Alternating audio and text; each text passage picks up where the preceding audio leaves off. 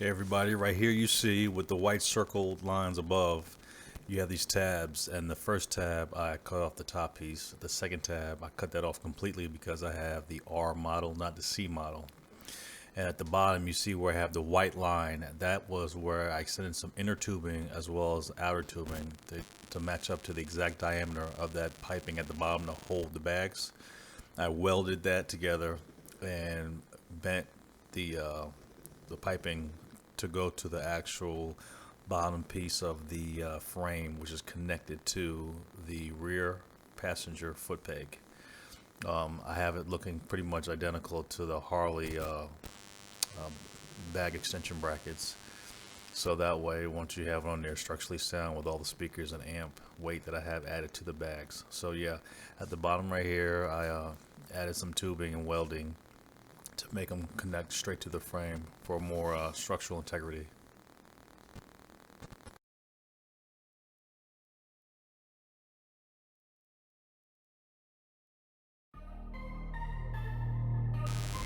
Hey everybody, this is CLD Services. This is part 3, how I chose my bagger kit. This is a VTX 1800, and the company that I chose was Backyard Air Suspension. They make a great product for the VTX 1800. They make other kits out there that a lot of people have noticed if you paid attention to some of the builders or asked questions on some of the YouTube channels, that if you asked them the question how easy it was, they had to go through extensive bracket building and bar bending to make the bags line up and everything. With the backyard air suspension, it literally bolts up like factory. Your indentations, your cutouts, everything on the backyard air suspension rear fender is just like your factory fender. So if you pull off your factory fender and look at your grooves, indentations, and holes, it's the same thing on the rear fender for the backyard air suspension. Now, when you buy the kit that I bought comes with the brackets, the extended bags, and the rear fender. And you get the options of 4-inch extended, 6-inch extended, and the down and out.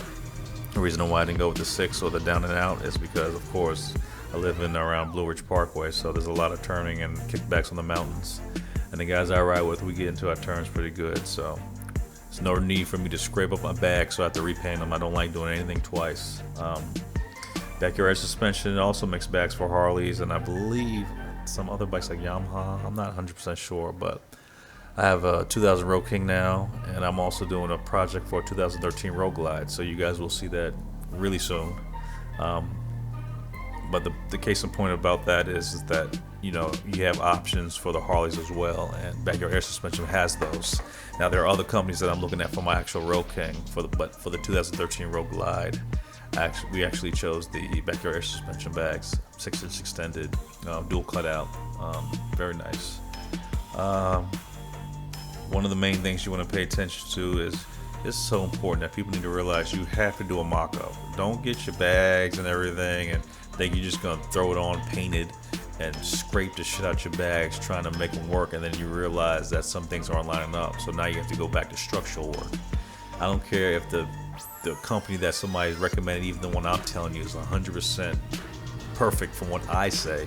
You still have to mock up. Do not paint your bags until your mock up is the way you like your lines to be. Lines are very crucial, and all of us motorcycle guys, we're going to look at the lines.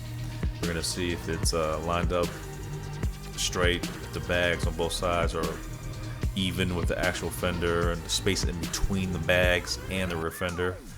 And if you notice on my build that I had to do that because I have the plasma rods in between my fenders and my bags for signal lights and brake lights, and then I also have the bags lined up nicely at the bottom with the fender. If you pay close attention, a lot of these kits come out of molds, and sometimes the people that cut the cut the fenders out of the mold, sometimes they're crooked. I've seen a lot of different kits come out looking like straight trash, and it's very important that when you get your stuff, mock it up as soon as you can, because if you have a 30-day warranty or 30-day return policy and you pull it out and you don't feel like doing or don't know how to do fiberglass work, better send it back. Tell them, hey, this ain't lining up right. Have pictures of it. Pictures are so essential. You have phones. Everybody's got phones. Everybody's got pictures and videos on their phone. Mock it up. Show the videos. It's very important, so you have your evidence and your proof. There's a lot of power behind that. So when choosing your bag kit, choose it wisely and make sure you pay attention to the reviews. Reviews are very important, because just because it looks good on picture and the reviews are 3.5 or 2.5 stars, you better rethink it.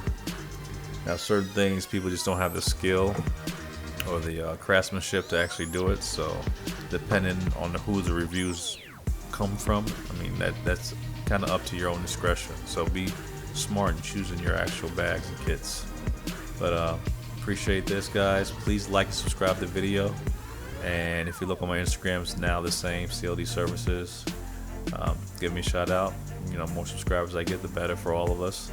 So the more builds I can actually show. Appreciate you guys, and see you in the next video. Hey guys, one more thing.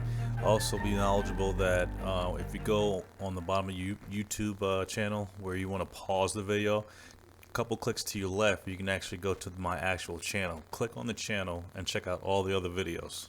Thanks, guys.